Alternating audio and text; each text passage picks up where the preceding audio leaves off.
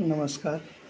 आयुष्यात कोणाला किती वेळ द्यायचा हे वेळेवर कळलं की आयुष्यात बऱ्याच गोष्टींसाठी वेळ शिल्लक राहतो. नम्रतेने वागणाऱ्या माणसाला लोक कमजोर समजतात आणि उद्धटपणे वागणाऱ्याला हिंमतवान समजतात. शब्दांचं मोल योग्य प्रकारे जपलं की अवघं आयुष्य अनमोल होतं. सुखाच्या सोयीसुविधा तशा महागच आहेत. त्या मानाने आजही समाधान स्वस्त आहे आणि सुलभही. फक्त ज्याचं त्यानं ते समजून घ्यावं लागतं आणि मानावं लागतं. मैत्री वय, जात, धर्म, आर्थिक स्थिती पाहून होत नसते. ती हृदयातून होत असते. दोन हृदय जोडते म्हणून मैत्री ही दोन हृदयांचे सख्य असते.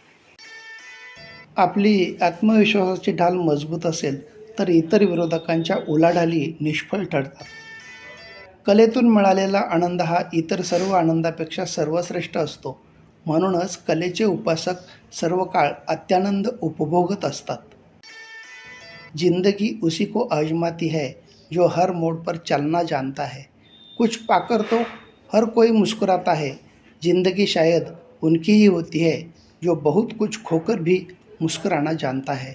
धन्यवाद.